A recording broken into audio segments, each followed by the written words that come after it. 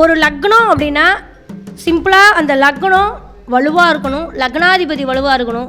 ஒரு ஜாதகத்தில் 9 கிரகமும் கெட்டிருந்தாலும் லக்ன பாவம் மட்டும் கெடாமல், லக்னாதிபதி மட்டும் கெடாமல் இருந்தால் அவன் எங்கேயா இருந்தாலும் பொழைச்சிக்குவான்.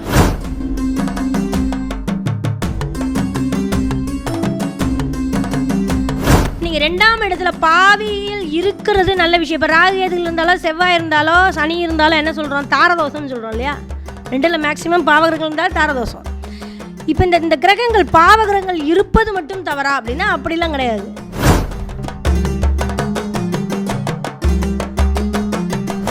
சரவண பவ ஜோதிட அறிவாலயத்தில் பயணிக்கக்கூடிய அனைத்து ஜோதிட சொந்தங்களுக்கும், அஸ்வபரணி பாரதி அண்ணாவுக்கும், இங்கு பயின்று கொண்டிருக்கக்கூடிய மாணவர்கள் அனைவருக்கும் கரூர் அஸ்வமணி மேகலையின் அன்பார்ந்த வணக்கங்கள். யூடியூப் சேனல் நேயர்கள் அனைவருக்கும் என்னுடைய தாழ்மையான வணக்கங்களும் நெஞ்சார்ந்த நன்றிகளும். நான் நன்றி சொல்ல கடமைப்பட்டிருக்கேன் உங்களுக்கு, அது ஒரு விஷயம். இப்போது இந்த பதிவு எதை சார்ந்தது அப்படின்னா, நிறைய பேர் நிறைய பேசினாங்க. இதில் பார்த்திங்கன்னா காலபுருஷ தத்துவம், பாரம்பரியம் அப்படிங்கிறதுல நம்ம எல்லாமே அதுதானே பேசுகிறாங்க. அதில் என்ன இருக்குது அப்படிங்கிற ஒரு விஷயம் இருக்குது.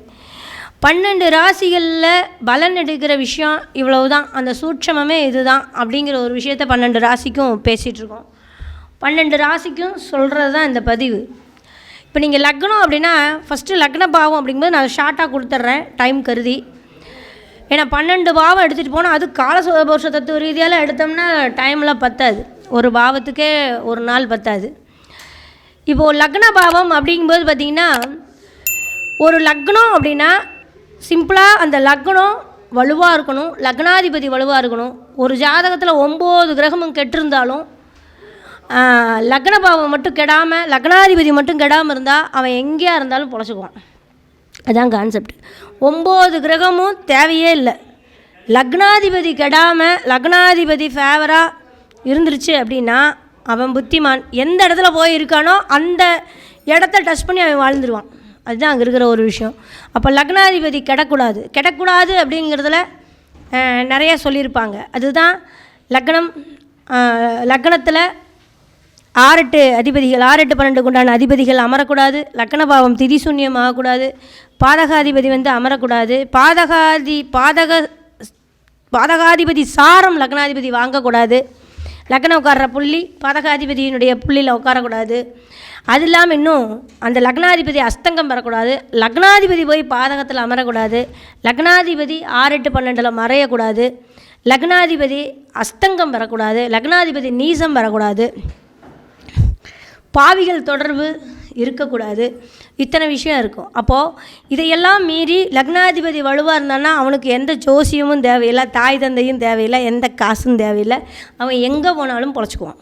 அதைத்தான் லக்ன பாவம் எத்தனை யோகங்கள் இருந்தாலும், எத்தனை கஷ்டங்கள் இருந்தாலும், எத்தனை அவயோகங்கள் இருந்தாலும் லக்னாதிபதி வலுவாயிட்டான்னா வேறு எதுவுமே தேவையில்லை. அதுதான் ஒரு விஷயம். லக்னாதிபதி கெட்டு 1000 யோகங்கள் இருந்தாலும் அது வீணே. இவ்வளோதான். இப்போது லக்னாதிபதியை பற்றின இதே கான்செப்ட் 12 பாவத்துக்கு வச்சுக்கலாம். அதே சமயம் இப்போ 2ஆம் பாவத்துக்குன்னு வரும்போது தனபாவம்.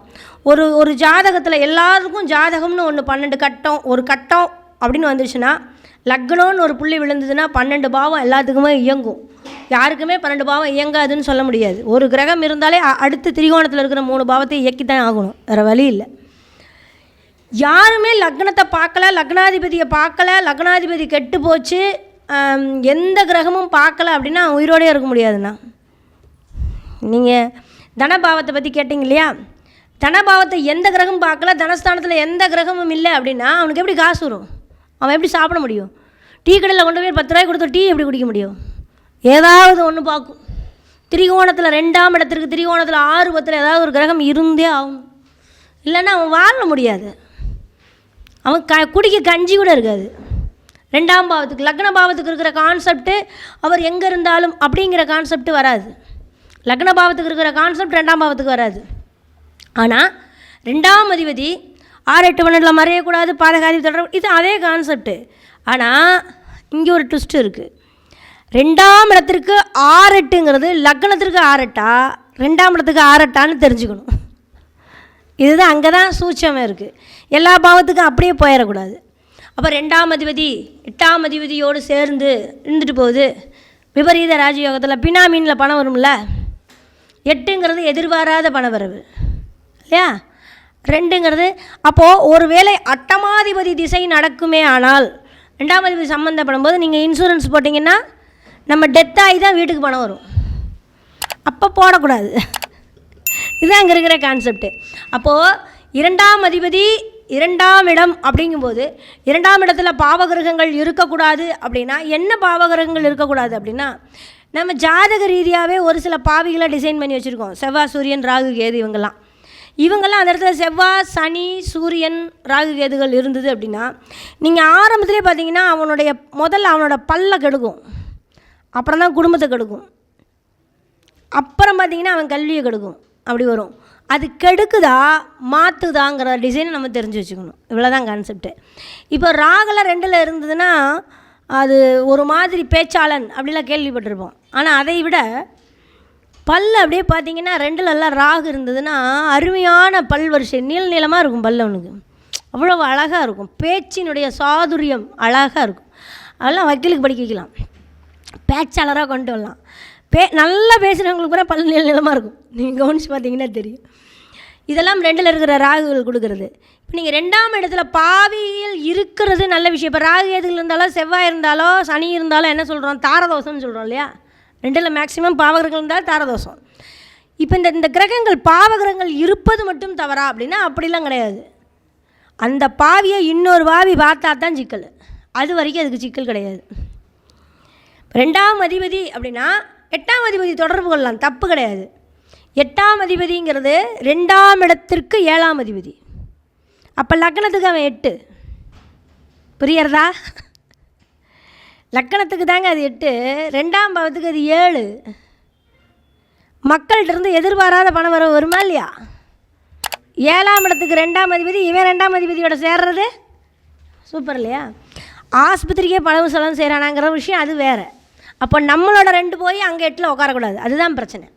ஆனால் 8ஆம் அதிபதி 2ல் இருக்கலாம், தப்பு கிடையாது. அப்போது ஒரு 6-8ன்னு சொல்லக்கூடிய பாவிகள், இப்போ நீங்கள் 6ஆம் அதிபதி 2ல் இருக்கிறாங்கன்னு வச்சுக்கோங்க. லக்னத்துக்கு என்ன சொன்னோம்? 6-8 12க்கு அதிபதி லக்ன கோலம் ஏறக்கூடாதுன்னு சொன்னோம். லக்னாதிபதி 6-8 12ல் உட்காரக்கூடாதுன்னு சொன்னோம். ஆனால் 2ஆம் இடத்துக்கு இந்த கான்செப்ட் பொருந்தாது. இங்கே ஜோதிடத்தில் அதுதான் அந்த தோற்று போகுது, பல இடத்துல தோற்று போகுது. 2க்கு அதே கான்செப்ட் எடுக்கிறாங்க. 6-8 அதிபதிகள் இருக்குது, நீ காசு சேர்த்த மாட்டே, அப்படிலாம் கிடையாது. இப்போ நீங்கள் 6ஆம் அதிபதின்னு வைங்க, 2ல் இருக்கார். 6ஆம் இடத்துக்கு 2ஆம் பாவம் எந்த பாவம்?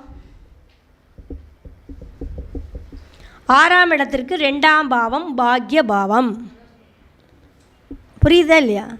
கன்னிக்கு ரிஷபம் 9 தானே. அப்போது அந்த 6ன்னு சொல்லக்கூடிய கிரகம் 2ஆம் இடத்துல இருந்தால் அந்த உத்தியோகத்தினால வேலை வாய்ப்பு ரீதியாக எதிரிடைய காசு நம்ம குடும்பத்துக்கு வந்துக்கிட்டு இருக்கும். அடுத்தவன் காசை இன்வெஸ்ட் பண்ணி அவன் காசை இவன் வருமானமாக கொண்டு வந்துட்டுருப்பான். இந்த இடத்துல ஒருத்தன் ஆஃபீஸ் போட்டிருக்கான், கஷ்டப்பட்டு மிஷினரி வாங்கியிருக்கான், கஷ்டப்பட்டு லேபர் போட்டிருக்கான், கஷ்டப்பட்டு எல்லாத்துக்கும் இன்சூரன்ஸ் போட்டிருக்கான், எல்லாத்துக்கும் சம்பளம் கொடுக்குறான். ஆனால் அவன் ஆக்டிவேஷன் பண்ணி அவன் சம்பளத்துலேயோ அந்த தொழிலை இவன் நடத்தியோ இவன் சம்பாரிச்சிட்டு இருப்பான் ஈஸியாக. 2-6 காம்பினேஷன். எதிரி இன்வெஸ்ட் பண்ணி எதிரியோட காசுனால நம்ம குடும்பத்துக்கு வருமானம் வருதுன்னா 6ஆம் அதிபதி 2ஆம் அதிபதி தொடர்பு. ஆனால் 2ஆம் அதிபதி 6க்கு போச்சுன்னா உங்கள் ஜாதகம் 2ஆம் அதிபதி 6க்கு போச்சுன்னா எவ்வளோ சம்பாரிச்சாலும் வட்டியாக கட்டு. ஏன்னா இது 6. அப்போது 8ஆம் அதிபதி நட்சத்திரம் 6ல் இருக்குது, நட்சத்திரமும் ஏறிச்சுன்னு வச்சுக்கோங்க, வட்டிக்கு வட்டி கட்டிகிட்டு இருக்கணும். இவ்வளோதான் கான்செப்ட்.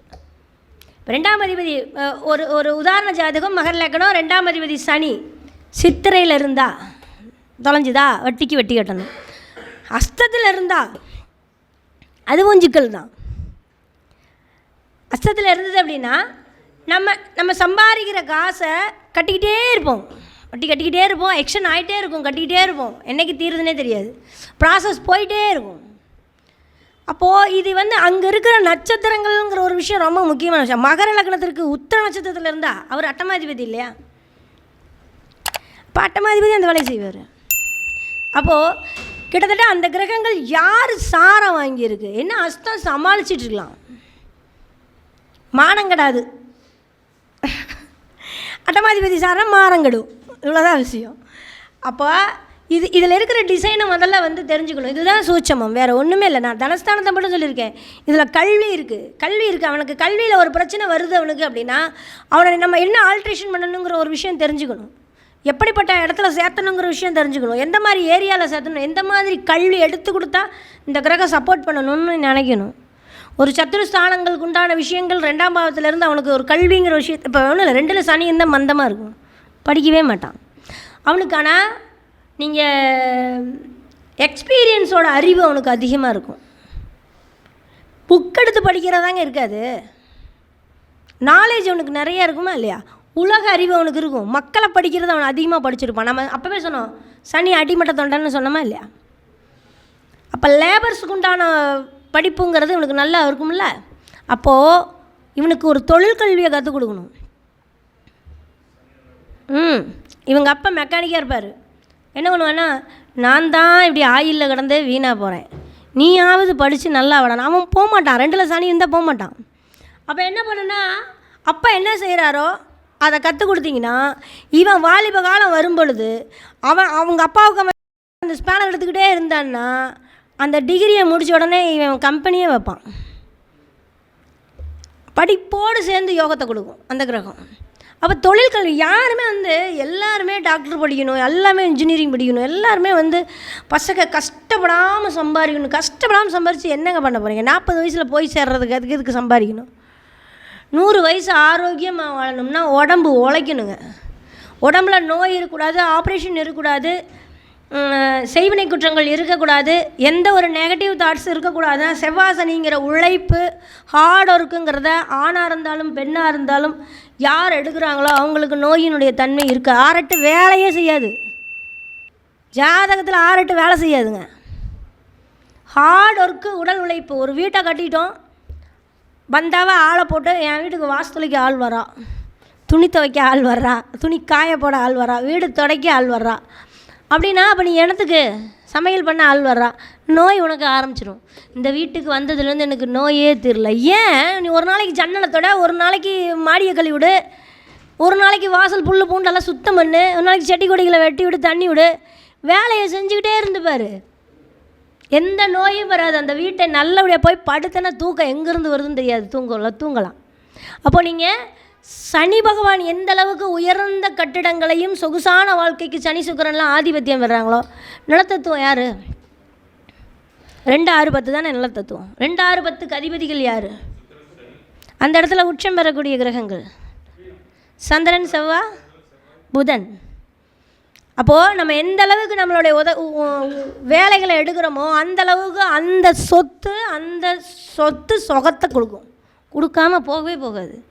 நம்ம என்னமோ எங்கேயோ போயிட்டோம், எங்கேயோ வந்துட்டோம், எவ்வளவோ தூரம் தள்ளி வந்துட்டோம். ராகு கேதுகளை தவிர எந்த கிரகத்தையும் எடுக்கிறதில்ல யாருமே வாழ்க்கையில். ஆனால் வாழ்க்கை மட்டும் பார்த்திங்கன்னா குரு சூரியனாக வாழணும், சுக்கிரன் செவ்வாயாக வாழணும்னு ஆசை, ஆளணும், லக்ஸரியாக இருக்கணும். என்ன நான் எங்கே போனாலும் கையெடுத்து கும்பிடணும். எவன் கையெடுத்து கும்பிடுவான்?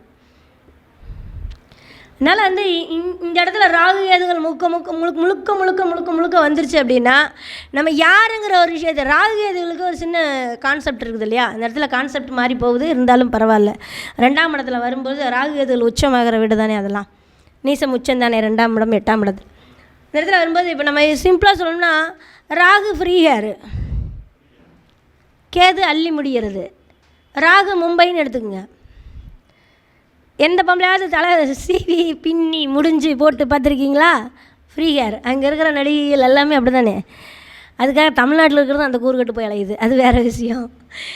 ஆனால் கேரளா சைடு பூரா என்னன்னு சொல்கிறான், வடநாடுகள் அந்நிய தேசம்னு சொல்லும்போது ராகு சொல்கிறாங்க. அங்கே பூரா ராகுடைய ஆதிபத்தியம் அதிகம். அவங்களுடைய சாரீ லுக்கே பார்த்திங்கன்னா கவர்ச்சியாக லுக்காக தான் இருக்கும், அது ஒரு விஷயம். ஆனால் அதே நீங்கள் கேரளா பக்கம் வந்து பாருங்கள், கம்ப்ளீட்டாக எல்லாம் சேவையாக தான் இருக்கும், கேதுவாக தான் இருக்கும். எல்லாருமே அள்ளி முடிஞ்சு தான் இருப்பாங்க. நெத்தியில் சந்தனம் இல்லாமல் ஆம்பளை பொம்பளை இருக்க மாட்டான். காவி இல்லாத வீடு இருக்காது. சந்தன வெள்ளை சேலை கட்டாத பொம்பளை. நம்ம விதவை தான் வெள்ளை சேலை கட்டுவோம். நம்ம ஊரில் தமிழ்நாட்டில் கேதுவை விதவைன்னு வச்சுருக்கோம். ஆனால் கேரளாவில் பாரம்பரிய உடையே வெள்ளை தானே, அப்போ ஏன் அவங்க எப்படி எவ்வளோ முடி இருந்தாலும் நுனியில் முடியாமல் எந்த கோயிலுக்கு போக மாட்டாங்க. முடி அவுத்து விட்டு போயிருப்பாங்க. ஒரு கேரளாக்கார பண்ண சொல்லுங்கள், முடி ஃப்ரீ ஹேர் விட்டு போனாங்கன்னு சொல்லுங்கள், சொல்ல முடியாது. பூரா கேதுவனுடைய ஆக்டிவேஷன் அங்கே பூராமே. அந்த மலை ஃபுல்லாக வைடூரியம் தான் விளையுது. ராசிகள் இங்கேயும் வருது. ஸ்டோன் சொல்கிறோம், பூனக்கன் வைரம் பாய்ங்க. அதை வைடூரியம் கேதுவுக்கு முழுக்க முழுக்க முழுக்க கேரளா மேற்கு தொடர்ச்சி மலையில் வைடூரியம் விளையுது. அப்போ அந்த கிரகத்தினுடைய ஆதிபத்தியம், அவர்கள் பூரா நர்ஸு, கேரளாவிலேருந்து தான் நர்ஸு வர்றாங்க. கேரளாவில்னா நம்பூதிரிகள் வராங்க, செய்வினை குற்றத்திற்கு, தொழில் மாயைக்கு, மாந்திரிகத்துக்கு, அத்தனைக்கு நம்ம கேரளா தானே யூஸ் பண்ணுறோம். அவங்க குடிக்கிற தண்ணியே காய்ச்சின தண்ணி. நம்ம ஊரில் காய்ச்சின தண்ணின்னா வேறு, அங்கே இருக்கிற குடிக்கிற தண்ணியே ரோஸ் கலரில் தான் குடிப்பாங்க, சீரகத்தை போட்டு, இல்லையா? அப்போ தண்ணியினுடைய விஷயமே மூலிகை கலந்த தண்ணியாக வருதா இல்லையா? இப்போ இதெல்லாம் கேது. நீங்கள் எப்படி எப்படிலாம் எடுக்கணும்னு எடுக்கணும். அதுதான் அங்கே இருக்கிற கிரகத்தினுடைய காரகங்கள் எடுக்கும்போது அந்த ஊருக்கு, அந்த நாட்டுக்கு என்னென்ன 2ல் கேது, இவனுக்கு பணமே வராது, இவனுக்கு தொழிலே அமையலை, இவனுக்கு எந்த வேலையும் இல்லை, கேரளாக்கு அனுப்பு, அவன் பாட்டுக்கு படிப்பான், அவன் பாட்டுக்கு நிறையா படிக்காத பசங்க எனக்கு தெரிஞ்சு என் மச்சான் அத்தனை பேரும் கேரளாவில் தான் கந்து கடை வச்சுருந்தான். எல்லாம் 10th கூட ஒழுங்காக போகல, கேரளாவில் போய் தான் கந்து கடை வச்சான், கல்யாணம் பண்ணால் ஊட்ட கட்டினானுங்க, அங்கேருந்து முடிக்கடிச்சதுக்கப்புறம் எல்லாம் பண்ணிட்டாங்க. கேது ஒரு கிரகம் ஒரு இடத்துல வேலை செய்யலைன்னா அடுத்து அந்த கிரகத்தினுடைய காரகம் எந்த ஏரியான்னு எடுக்கணும். அதுதான் புத்திசாலித்தனம். எதனுடைய படிப்புன்னு எடுக்கணும், எதனுடைய தொழில்னு எடுக்கணும். மருந்து, கெமிக்கல், ரசாயனம் அத்தனை அதுதானே. நுணுக்கமான செல்கள், அதாவது நுண்ணுயிர், அதாவது பயோ என்ன சொல்லுவாங்க, அந்த நுண்ணுயிர்கள் சம்மந்தமான விஷயங்கள்லாம் படிக்கிறதுக்கு அதெல்லாமே கேதுவுடைய கான்செப்ட் தானே. எலக்ட்ரிக்கல்லேருந்து எல்லாமே அதனுடைய கான்செப்ட் தானே. இது பூரா கேது.